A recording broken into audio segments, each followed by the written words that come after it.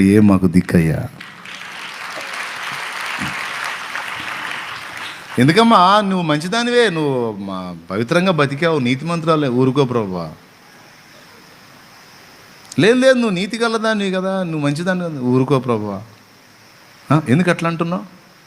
మరి లేకపోతే ఏంటి తండ్రి? యెషయా భక్తుడు ఏం చెప్పాడు? మా నీతి క్రియలన్నీ మురికి గుడ్డల వంటి వాయను అని చెప్పలేదా? మా నీతి ఎక్కడ చెల్లుబాటైద్దయ్యా నీ దగ్గర? నీ కృప. చెప్పు, ఏం చెబుతావు? అంతే, అది కృప విలువ. అందుకు కృపను వేడుకోమనేది. దేవుడి దగ్గరికి ఎప్పుడు వచ్చినా సరే కృప అనుకుంటూ రావాలి, నీ కృపే అనుకుంటూ రావాలి. ఇక నీ నీతి, నీ భక్తి, నీ ఆత్మీయత, నీ పవిత్రత ఇవన్నీ చూపించుకుంటా వచ్చావంటే అయిపోయిందే, పళ్ళు రాలినట్టే. దేవునికి స్తోత్రం. తిరిగిపోయే దెబ్బ పడిద్ది.